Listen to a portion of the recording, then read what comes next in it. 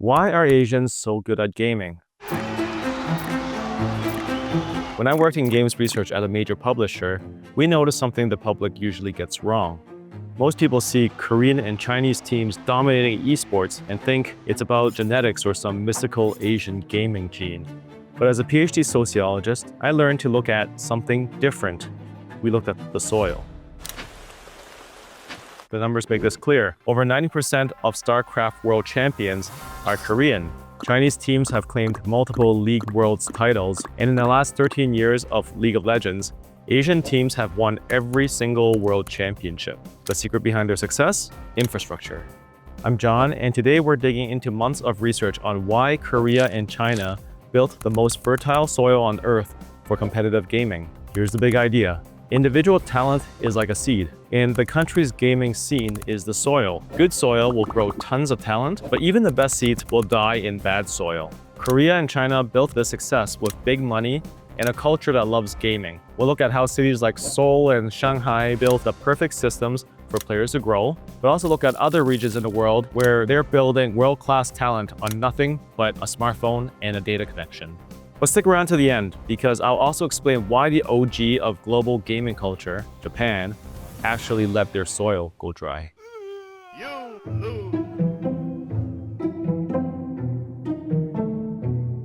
Quick rewind to 2013. It's the World Championship of League of Legends, and the air crackles with tension in Staples Center in the heart of LA, with a sold-out crowd, with millions more watching online. On stage, 10 players from China and Korea sit locked in behind their monitors, but all eyes are on two 17-year-old rookies, a silent Korean teen and Chinese prodigy Uzi, both carrying the hopes of a nation. Just a year ago, neither of them were global names, one grinding away ranked games in Seoul's PC bangs, and the other dominating Chinese competition. But in 2013, they collided on the world's biggest stage. At 2-0 with Korea up, the crowd's chant swells into a roar as the Korean team leads a fearless charge down the top lane, every movement precise and lethal. Towers fall, the enemy nexus shatters, and the arena erupts as Korea completes their sweep. Here at the Staples Center. At that moment, it wasn't just Korea beating China, it was the league's version of Michael Jordan crushing Charles Barkley. One player on his way to immortality, the other destined to become the greatest to never lift the crown. The world had just witnessed the coronation of a legend. That Korean teenager was Faker, the GOAT of gaming.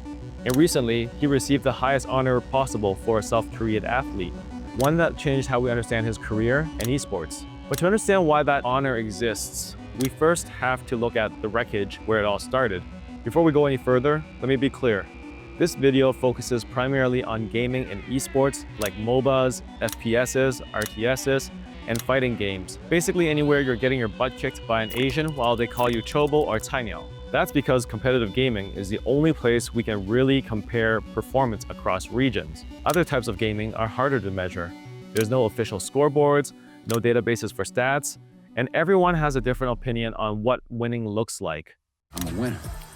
When someone's playing Animal Crossing or Candy Crush, there's no universal scoreboard showing who's better. Even for games like Elden Ring with the PvP function, it doesn't necessarily translate into an esport.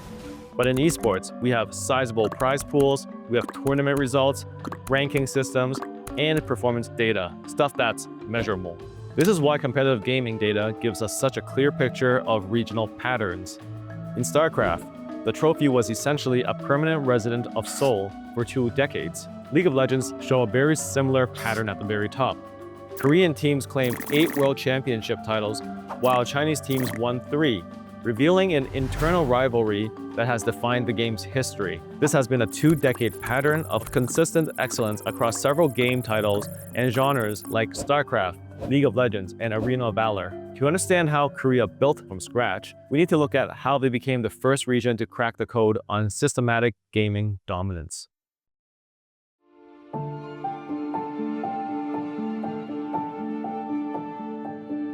The 1997 IMF crisis devastated South Korea's economy and sent unemployment soaring, especially among young people. The carnage was so severe that South Korea saw a tragic spike in suicide rates, eventually becoming one of the highest in the world. I actually covered this in detail in another video here. Basically, when it feels like society is imploding, you look for emotional outlets. Enter PC bungs, aka internet cafes. Affordable escape hatches that made perfect sense in the wreckage. But there was a hidden economic reason why these cafes became the ultimate equalizer. And it had nothing to do with the games themselves. A top-tier gaming PC and high-speed internet would cost thousands of dollars that families simply couldn't afford after the collapse. But for just a few dollars, you could spend entire days in PC bungs with high-end gear, air conditioning, and a community of gamers surviving on cheap ramen while escaping the ugly economic reality. Most importantly, PC bungs created a space where your economic status did not matter, only your gaming skills. In other countries, you needed a lot of money to buy a console or a PC. But in Korea, anyone could play on a pro-level computer for just a few dollars. It made gaming something that everyone could do, not just the rich. Remember, at that time, the N64 cartridge costed $60, which is almost $120 in today's money. What made PC bungs special was that Korea's internet was lightning fast, putting the rest of the world to shame. In gaming, ping is the delay between your click and the action, and at the elite level, even 50 milliseconds is the difference between victory and defeat. Most players think they're losing because of bad luck or slow thumbs, but the truth is much more permanent. It's about how your nervous system was actually wired before you even started the match. Let's test your own reaction time right now.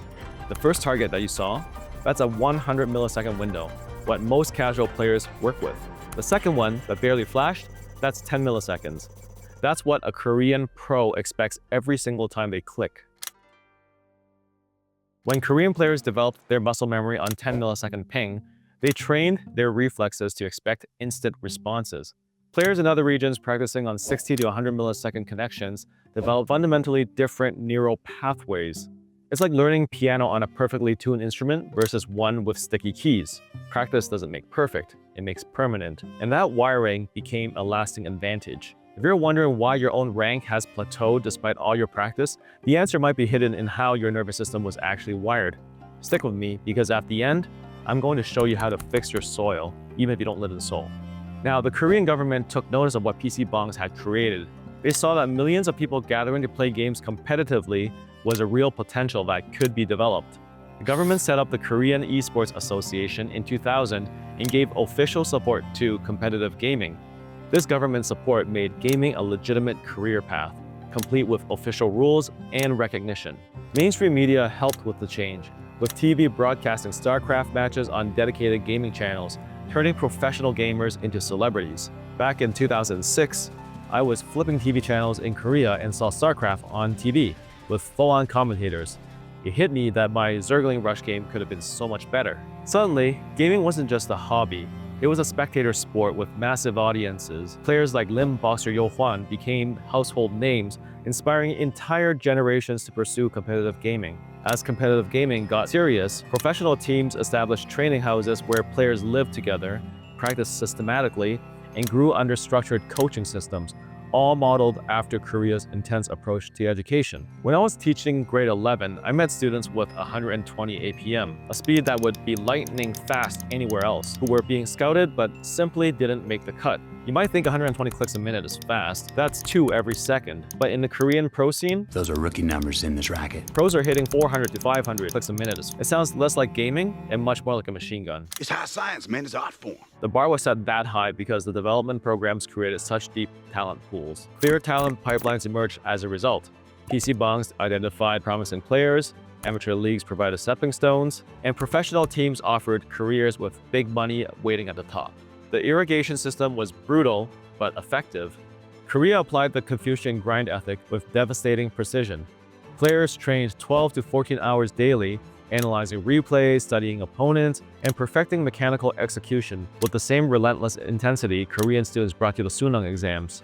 This system created players so dominant that the government recognized esports excellence at the highest level. Remember that honor I mentioned earlier?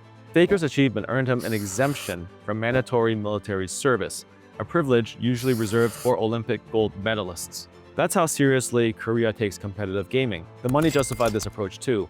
Major StarCraft tournaments were offering up to 100,000 prize pools by the 2000s. That's serious money when the average Korean salary was around 18,000 per year at the time. How players could win more from a single tournament win than most people made annually. Korean dominance in StarCraft attracted more investment, better players, and advanced training facilities. Each generation of successful players became coaches and mentors for the next, creating knowledge that built up over decades. The snowball had become an avalanche. This success created what experts call a moat. It's like a giant barrier that can make it very hard for other countries to catch up. You can copy the training schedules, the team houses, but you can't easily replicate decades of accumulated knowledge, cultural acceptance, and systematic talent development. Those PC bombs that started as community escape hatches evolved into professional scouting laboratories, places where talent scouts could watch thousands of players and identify the next generation of champions. Or could you? Let's turn to China.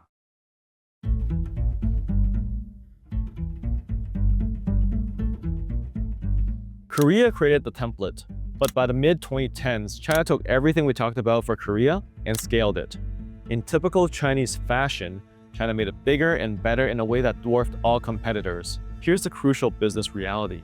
The gaming industry will heavily prioritize China because of its massive consumer base. To understand China's dominance, you have to realize that they aren't just a large market. They've created a demographic gravity well so strong, it actually warps how games are made in the West. China boasts around 723 million gamers. That's the entire population of the United States, plus Indonesia, plus Brazil combined. And that's gamers, not just regular people. Korea's gaming market generates around 7 billion annually, but China hits around 50 billion, making it the world's largest gaming market. China's market is like a giant magnet. It's so big that game companies all over the world have to follow China's rules just to be allowed to sell their games there. And they even get their own version of games. For example, games like PUBG Mobile and League of Legends Wild Rift have their own Chinese versions with different content and monetization systems from the global counterparts. If China wanted a different version of your game, you build it, or you lose out on 700 million players. Can't afford that. But that raises an interesting contrast. While China surged ahead by diving headfirst into mobile, Japan, the country that literally invented the console in your living room, made a single strategic choice in the 2010s that effectively killed their chances at dominating esports. It's a choice most people don't even realize was a mistake, and more on that later. China's scale creates massive business incentives. A successful esports tournament in Korea might reach 2 to 3 million viewers, while the same tournament in China can reach 100 million viewers. Prize pools and sponsorship deals dwarf traditional regional leagues, which means Chinese esports can support a much larger professional ecosystem than any other region. At the same time in the 2010s, the Chinese government started treating esports seriously through official recognition. Not quite at the Olympic sport level, but giving competitive gaming a legit status in its national sports programs. Like Korea, it was a top-down policy decision that transformed gaming from entertainment into a more respected pursuit. This is fabulous. Massive investment from tech giants like Tencent, which owns Riot, built professional leagues and pro arenas. Prize pools were huge. The KPL Global Championship offered around $9 million, while Korea's LCK sat around $400,000. And then came 2014, the great talent drain. China opened its checkbook and triggered the biggest free agency frenzy esports had ever seen. Top Korean players and coaches got contracts that were often double or triple what Korean teams could offer. Star players like Death, Mata, Rookie, and Pawn all moved to Chinese teams during this period. Although this migration has slowed in recent years as Korean salaries improved, the impact during that crucial period helped accelerate Chinese dominance. China didn't just import talent. They grew their own stars like Uzi, Meiko, and Jackie Love. Where Korea had Seoul as its main hub, China had several megacities like Shanghai, Beijing, and Shenzhen with strong network speeds. While it's not under 10 milliseconds, it was hovering at around 12. The scale difference is staggering. Korea's player base sits in the millions. China's estimates run in the tens of millions of players. If a game like League of Legends had 75 million active players, the top 1% would be 750,000 elite prospects. Korea refined their elite through brutal training regimens. China simply has so many elite players that raw volume became its own advantage. Pay attention, and you can learn a lot. That massive player base creates the critical mass to support all kinds of competitive scenes. Unlike Korea's PC-dominated ecosystem, China created a parallel path through mobile esports as a business strategy. All you needed was a smartphone and a data connection. That's huge in a country where incomes were lower than Korea's and where the smartphone boom made gaming possible everywhere. Students in smaller cities or towns could jump straight into Honor of Kings tournaments without ever stepping into a gaming cafe. And at its peak, Honor of Kings had over 100 million daily active users. More players playing one game in a day than the entire population of South and North Korea combined. China leveraged mobile to reach its massive population in ways PC gaming never could, turning the platform into a core pillar of its esports dominance. But while China was perfecting this mobile strategy, another region was watching closely. A region with no PC bomb culture, no government support, no billion-dollar infrastructure. Just smartphones, data plans, and something Korea and China couldn't replicate. Pure hunger. Southeast Asia was about to crash the party. China's case raises an interesting contrast. While China surged ahead, Japan, the birthplace of modern gaming culture, followed a very different path. Despite inventing so much of the gaming world we know today, Japan somehow missed the esports boom.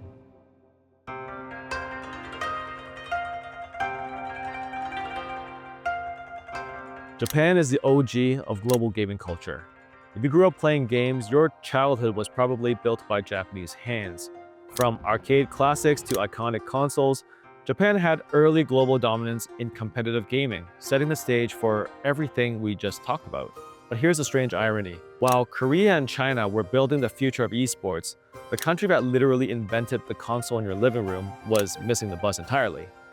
Major players like Sony and Nintendo doubled down on family-friendly console markets instead of building esports ecosystems. That was a crucial missed opportunity. This story reveals what happens when your soil is perfectly fertilized for one type of success, but stays completely dry for another. Even foundational expertise can't sustain competitive dominance without the right conditions. The market data tells the story. Japan's $18 billion gaming industry is a global top 3 powerhouse, yet PC gaming represents less than 5% of that spend. The esports disparity is even starker. Japan's scene sits at roughly $100 to $150 million, while China operates in the multi-billion-dollar range. The reason? Government rules. The government! Japan didn't officially recognize esports until 2018 because of strict gambling laws that cap prize pools at roughly $900, pocket change when compared to the multi-million-dollar purses in Korea and China. While Korea built infrastructure for 15 years and China invested billions, Japan was legally prohibited from competing. Riot only launched the LJL, Japan's League of Legends team, in 2014. Even today, LJL teams are mostly semi-pro, while Japanese teams like Detonation Focus Me do compete globally at events like League of Legends Worlds. Their results remain modest. Besides having straight laws, Japanese game companies found a faster way to make money that didn't involve esports. This is the strategic choice I mentioned earlier. Picture this. If you're a Japanese game developer, you have 2 doors in front of you. Door A, spend millions building a balanced esport that may pay off in 5 years. Door B, release a new gacha character and make 10 million by Monday morning. Now imagine if you're a CEO. Your board of directors is breathing down your neck about quarterly earnings. Which door are you picking? Japan picked door B, and honestly, from a pure business perspective, it's hard to blame them. This is the way. This is the way. Many Japanese mobile games use these gacha systems where players spend money to win game items like a digital lottery. It wasn't that Japan couldn't do esports, it's that the math didn't make sense. Developers decided to focus on getting players to spend money on random rewards, placing fewer resources in growing esports. This focus on individual spending reinforced a long-time cultural trend. Japan's gaming culture revolved around console and mobile platforms rather than PC gaming. So while Korea and China went ham on team-based PC games, Japan's gaming ecosystem centered on single-player console games and arcade experiences. Think Nintendo handhelds, arcade fighting games, and console JRPGs. All excellent games that are actually my personal jam, but they don't teach you how to coordinate with 4 other teammates in clutch situations. Japan didn't actually fail at gaming, they just made a choice on their cultural skill tree that left them world-class at one thing but completely helpless at another. Basically, they maxed out individual precision and frame data in fighting games, but they left the team macro branch completely empty. Japan's players have proven their excellence time and time again. Daigo Umehara became a global legend by winning multiple EVO titles in Street Fighter, with finals that drew hundreds of thousands of viewers online. Japanese competitors also dominate rhythm games like Beatmania and DDR, as well as puzzle battles like Puyo Puyo and Tetris. Glory to mankind. Here's the key distinction. Individual competitive games operate in completely different worlds than major team-based esports. Yes, they demand incredible skill, but they don't require massive infrastructure investments like team houses, coaching staffs, or synchronized practice schedules, and the money reflects that. EVO prize pools are usually in the tens of thousands, a far cry from the multi-million-dollar purses in top esports. The audiences are smaller, and the professional pathways less developed compared to esports tournaments that can sustain entire organizations.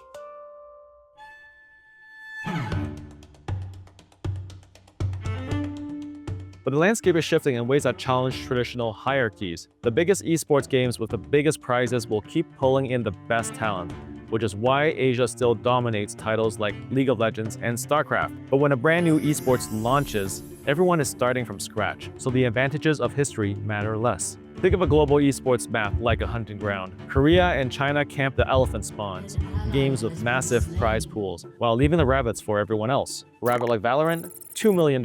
An elephant like League, $5 million. And the blue whale of esports, Dota's The International, $40 million.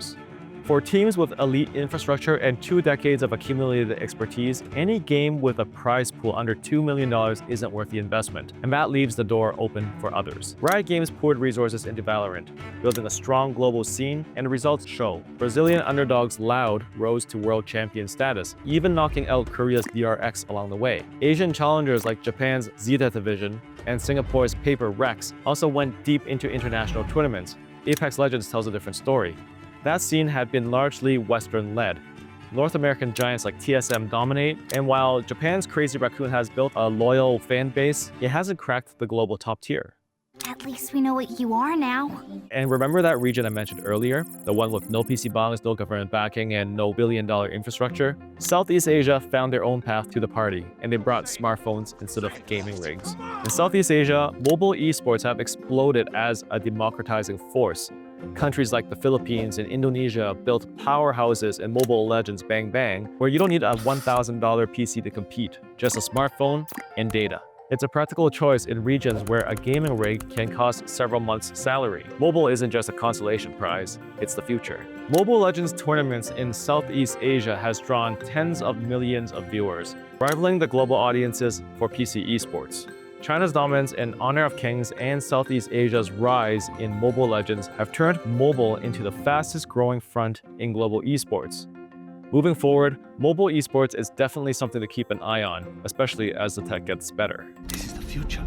And for non-Asian competition, North American and European investment is finally catching up. Team Liquid and Cloud9 now run facilities that rival Asia's. Celebrity investors like Drake, Michael Jordan, and David Beckham have poured money into the scene. Even the NBA launched the 2K League in 2018 with about $1 million in annual prize pools, though Asian participation has been minimal. Slowly but surely, Asia's 2-decade lead is narrowing as the West borrows what works and invests.